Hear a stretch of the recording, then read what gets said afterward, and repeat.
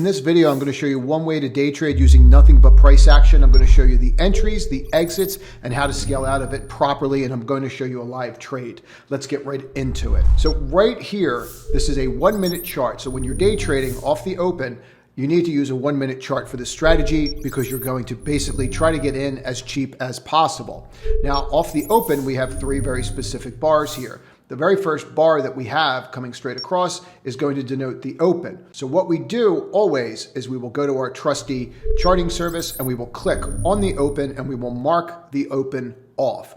What that does is that tells us where we've had buyers off the open. Now we're seeing price action already denote that we are trying to go higher, meaning we have the red bar and the move down, and then we have the open and then the close of the previous bar that is encapsulating this bar. Now, for me, this is what I refer to as a bullish engulfing. I don't need the bottom part of the bar to encompass that bottom part and so forth. I just need the bodies to encompass. That's all I'm looking for. Remember, if you watched any of my previous videos, wicks to me are price rejection. I don't care about where we rejected. I cared about where the action was. So you have the push over. If you look right here, the follow through bar, what happened here? We weren't able to get over it. So we have a demarcation line and we have zero follow through. Yet this is a trade that we were looking on the long side because it fit our criteria, and we have other levels marked off, which we'll show you in the future. But the most important thing to take is that all we're doing is watching the price action in the first 2 minutes of the open here. Now let's watch. Now, as it forms, what we'll start to see here from the formation is you'll start to hold the open. You'll see how we held the open on the next bar when we flipped it. Now, should that be the bar to enter? In this case, no. Why? You had zero follow through. You opened, you stayed up there for a second, and you reversed, giving you a doji. For those that don't know, and I will pack a lot into these short videos, so you might want to watch them a couple times or take notes, dojis are signs of uncertainty. I don't want uncertainty. I want a high degree probability entry, specifically if we're doing a day trade. You do not want to be entering at the wrong time on a day trade. Now, if we play this out, you're going to do something that I absolutely love. And this is why we got involved in this trade. Please note, so far, I haven't shown you volume. I have not shown you VWAP. I have not shown you a 9 EMA. I have not shown you RSI. I'm just showing you how to read price. This bar, to me, is what we refer to as a control bar.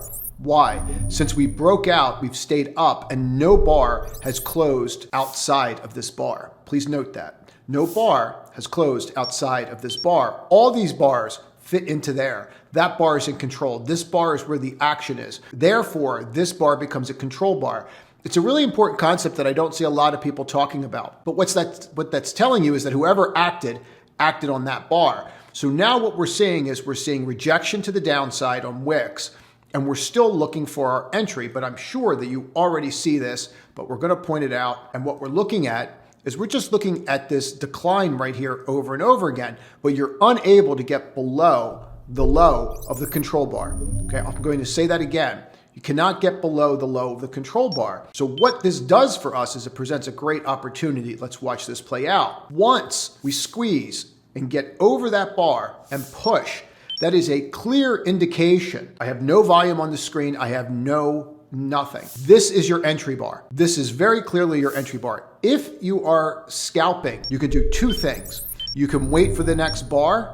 You can wait until you're a couple seconds off this bar from closing and then act, or you could act into this bar. The problem with acting into this bar is you don't know if you're going to get this or what you're going to get. I'll give you a real quick way to determine if this bar is going to continue or not. If this bar on the way up before it closes in that 1 minute starts taking out 3 or more previous bars, if this bar in 1 minute takes out more than 3 previous bars, the chances of this closing higher than those 3 previous bars is significantly greater. You can go look at your own history of trading and go and take a look at what I just told you. It's a very important note. Again, do you see volume down here? You do not see VWAP. You see nothing except price. The next move is a doji. That doji closes over. If you're not acting here off the entry bar and you're acting off of this, you're watching the note right here and how you act. Exit or stop loss is going to be 2 areas now.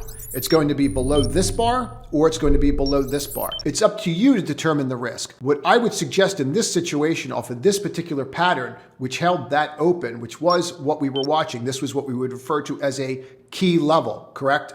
Key level, we're watching it consolidate, we're watching the break. Tighter, tighter, tighter, watching the control bar. What happens next? I would argue that even breaking this, the trade's busted, because all of this was just sheer force, sheer buying as they were still playing their games, and this bar is still in control. And now it's transferred its power to this bar very clearly, and that's breaking out. So I would be using, and what I did use when you see this play out live, is we actually used that as our stop. So you're in here, set your position size accordingly. We can always do another video on position size. We will not be covering that today, but you set your position size accordingly for what you're willing to lose, comes across, and the trade plays out. Now, we have our entry, we know where our stop loss is, and then we let it play. Now, this is an important concept. What most people don't get is they don't mark the previous levels. Now, I'm going to show you why this is so important for people. When you come across to your previous levels, you start noting where you may have resistance.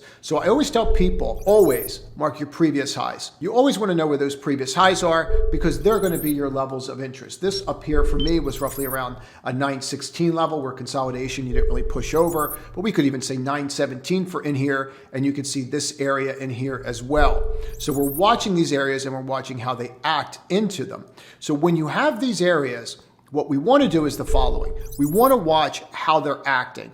Now, what we do and what I tell people in the community to do is to scale into positive slippage. Positive slippage is your friend. So now you know where the entry is, you know where your stop loss is, and now you're going to get the next part on how to optimize the trade. So as you're going into a resistance line, which would be a previous level, we're scaling out into this. As this hits again, we're scaling out into this. And then you have two options. Every trader has two options. Their options are they could either move the stop to their break even, or they could use a trailing stop. That is entirely up to the individual who's trading. I can do an entire video just on different stops and when to use them and what times. But for this purpose, the idea is for you to look for these particular patterns, learn how to set a stop appropriately, learn how to trade them appropriately, and scaling out into positive slippage. Now, once we start scaling out, once we're in the trade, we can do a couple things. Let's let this play out a little bit more. And we could start seeing it break down. Once you start seeing the breakdown, you can do yourself a favor. You can use price action, you could throw VWAP in, or you could use something else. If I did put VWAP in, this would be where you'd want to make sure that you're not breaking VWAP under any circumstances and wanting to know where you're at. Now, anyone can use VWAP and you could use it for any reason that you want.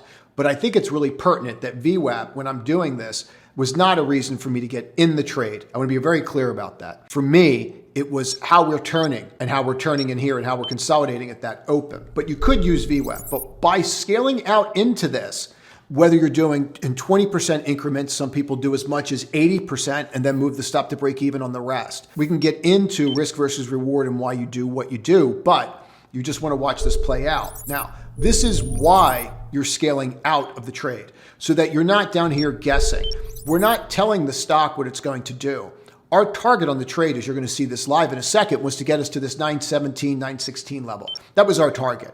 But as we're hitting here and as we're hitting here, we're getting out. Now, once you start setting this up and you start to turn, you can start to see that the trade falls apart. As the trade's falling apart, we're not concerned because we've already made our money. Now, for our purposes, we got out of this trade, as you're going to see in a moment. But the important thing about this is, even if you didn't get out of all of the trade, you scaled out on the way up. And by doing that and getting out in the positive slippage into resistance points and not telling the stock what it's going to do, but simply acting, you can save yourself a lot of heartache. So now you know off these trades via price action where you should enter these trades, what you're looking for out of these trades, how to set your stop, and how to get out in the positive slippage and save yourself the aggravation and heartache of watching something like this comes back. Let's watch this live and then let's recap so that you can do this yourself. All right, so now you got a bar you can work off of. Consolidates, consolidates, consolidates, boom. So 910 should be on the table. So that makes life pretty easy. So you just use that doji as a stop and you should be able to get up. So good, you are holding in here. You got some wicks, but you are holding. You need to hold that 903 bar if you're day trading it. A little fade off the open, that was it. You just encompassed the bar and then that's been it ever since. So it's the open that is now acting really as support. So you have net buyers there. So if you lose that 903, you know the people that were buying at the open are gone. Up 5 from that bar. And again, if you're day trading and you haven't pulled anything out, you got to be pulling stuff out into these bars. bars. You have to. Like you're just waiting for the retest and then the roll and then reevaluating it. So you might as well pull something out when it happens. If you want to take it, you have to take it on the push. That's why you're pulling stuff out when it's up here. There's your first close under VWAP. Right, you got to pull money out if you want up here, guys. Can't be looking at it now going, what's it going to do? You know, hoping. From where I said you might want to pull something out, make sure you're pulling something out. You're down $10, hoping that it holds the open now. Now you very clearly saw this play out live. You now know the important parts of this so you can do it yourself. You want to watch the open. We have nothing else at the time on the chart whatsoever. And then you can just see the consolidation to the open. Here is the control bar, which is a very important part of this that people do forget about. And then you watch the consolidation as the control bar is still in control. We watch the push up, how you could play that push watching these 3 consecutive bars as long as you're over that.